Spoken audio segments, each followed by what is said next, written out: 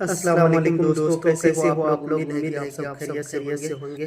رمضان میں مرنے والوں کے ساتھ کیا ہوتے ہیں، قبر میں عذاب ہوتے ہیں یا نہیں، ان کے لیے تینوں علماء کی بیان کے سنیے کہ رمضان آپ کیا جانتے ہیں کیا ہے میرے بھائی؟ رمضان وہ ہے کہ اگر آپ رمضان میں داخل ہو گئے اور ایمان والے ہیں، آپ نے عمل کیا تو جھولیاں بھر جائیں گی، اور اگر مر گئے تو جنت مل جائے گی۔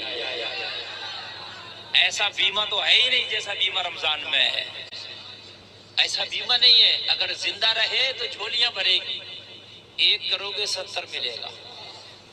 بولو جھولیاں بھرے گی کہ نہیں بھریں گی؟ 1 کرو گے 70 ملے گا۔ آئے ہائے، قرآن پڑھو گے 70 گنا زیادہ، نماز پڑھو گے 70 گنا زیادہ، صدقہ کرو گے 70 گنا زیادہ، زکوٰۃ دو گے 70 گنا زیادہ، میرے بھائی کسی کو کھانا کھلاؤ گے 70 گنا زیادہ۔ کیسا بیمہ ہے؟ 70 گنا بڑھ رہا ہے، اور اللہ نے موت لکھی، مر گئے تو پھر آپ کو سیدھا جنت میں داخلہ بھی ہو جائے گا۔ اب بتائیے مجھے اس سے اچھا مہینہ کون سا ہوگا؟ اللہ چاہے کہ مومنین تو چاہیں گے کہ زندگی بھر رمضان رہے، ہے نا؟ زندگی بھر رمضان رہے، اور دعا کیا کرو یا اللہ ہماری موت آئے تو رمضان کا مہینہ ہو۔ دعا کیا کرو۔ خوش نصیب ہیں وہ لوگ جن کو رمضان شریف کی موت میسر ہو، خوش نصیب۔ آدمی مرنے سے بڑا ڈرتا ہے۔ یہ کہتی ہیں اگر کوئی رمضان میں فوت ہو جائے تو کیا اس کو عذاب قبر ہوگا؟ دیکھیں حدیثیں یہی کہتی ہیں کہ جو رمضان میں فوت ہوا اس پر سے عذاب ہٹا لیا جاتا ہے، عذاب قبر اسے نہیں ہوگا۔ اب بعض اوقات ایسا ہوتا ہے کہ کوئی بہت زیادہ گنہگار ہیں معروف، وہ رمضان میں فوت ہو جائے تو ہمارے لوگ وہی بات کہ وہ سمجھتے ہیں کہ شاید اس کی کثرت سے گناہ کی وجہ سے، اعلانیہ گناہ کی وجہ سے اللہ تعالیٰ پر یہ ایک ایسا اثر مرتب کر چکا ہے کہ اللہ اس سے ناراض ہو چکا ہے اور اب اس کی بخشش مغفرت ہو نہیں سکتی۔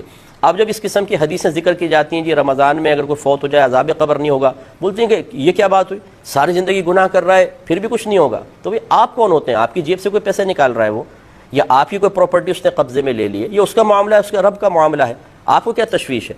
بلکہ اس طریقے سے اللہ تبارک و تعالیٰ کی تقسیم پر اعتراض کر کے آپ گناہگار ہوں گے۔ آپ نے نیک عمل کر کے کون سا کمال کر لیا؟ یہ آپ کا کمال نہیں، یہ اللہ تبارک و تعالیٰ کا کرم ہے کہ اس نے آپ کو بے شمار گناہوں سے بچایا ہوا ہے، تو یہ ہمارا کوئی کمال نہیں ہے۔ اس طرح اس شخص نے اگر گناہ کیے ہیں تو اللہ تبارک و تعالیٰ نے اپنے عدل سے اسے نفس و شیطان کے حوالے کر دیا اور لڑنے کا موقع فراہم دیا، وہ شکست کھا گیا، اور آپ کو اللہ نے اپنے فضل سے نفس و شیطان کو مغلوب کر کے عبادات کی توفیق عطا فرمائی۔ دونوں جگہ، ایک جگہ عدل ہے ایک جگہ فضل ہے، لہٰذا ہمارا کوئی کمال نہیں ہے۔ اس لیے کسی شخص کے بارے میں آپ یہ گمان نہیں کر سکتے ہیں کہ یہ ضرور جہنم میں جائے گا، اور اگر کوئی کہے کہ نہیں حدیث کے مطابق اس کی بخشش ہو جائے گی تو آپ اعتراض کرنا شروع کر دیں کہ بھئی کیوں بخشش ہو جائے گی؟ بھئی آپ کون ہوتے ہیں کیوں کہنے والے؟ یہی وہ ماہ مبارک ہے جس میں کوئی خوش نصیب مسلمان کا انتقال ہو جائے تو وہ قبر کی عذاب سے بچ جاتا ہے، اور وہ قبر کی تکالیف سے بچ جاتا ہے، قبر کے حساب و کتاب سے بچ جاتا ہے، اور میں اللہ کی ذات سے امید کرتا ہوں کہ وہ قیامت کے حساب و کتاب سے بھی محفوظ ہو جائے کہ جو اس ماہ مبارک میں انتقال کرے۔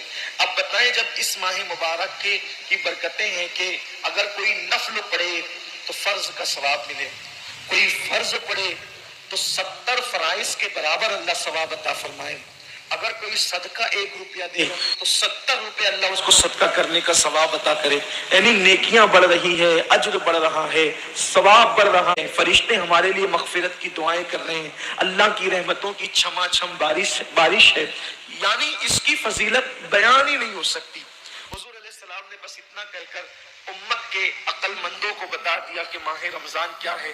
آقا علیہ السلام فرماتے ہیں جس کو ماہ رمضان کی فضیلت اور اہمیت پتہ چل گئی وہ تمنا کرے گا کہ کاش پورے سال کو رمضان شریف کر دیا جائے، یعنی مہینہ رمضان شریف کا نہ ہو بلکہ سال ہی رمضان شریف میں تبدیل ہو جائے۔ آپ لوگ تینوں بیان کو سنیے ایک کر کے۔